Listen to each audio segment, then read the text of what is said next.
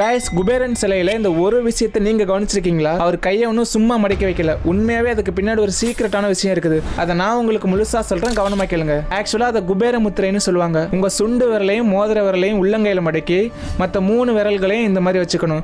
இதுக்கு பேர் தான் குபேர முத்திரை. இதை நீங்க டெய்லியும் காலையில அப்படி இல்லாட்டி சாயங்காலம் ஒரு 5 நிமிஷம் மட்டும் வடக்கு திசையை பார்த்து உட்காந்து செஞ்சா போதும். நீங்க என்ன நினைக்கிறீங்களோ, உங்களுக்கு என்ன வேணுமோ, லைக் அது பணமா இருந்தாலும் சரி, அதை மட்டும் நீங்க மனசுல நினைச்சுக்கோங்க. உங்க சப்கான்சியஸ் மைண்ட் அந்த ஆசையை அப்படியே ஆழமா பதிய வைக்கும். இது மூலமா நீங்க நினைக்கிற விஷயங்கள் உங்களுக்கு நடக்கும்.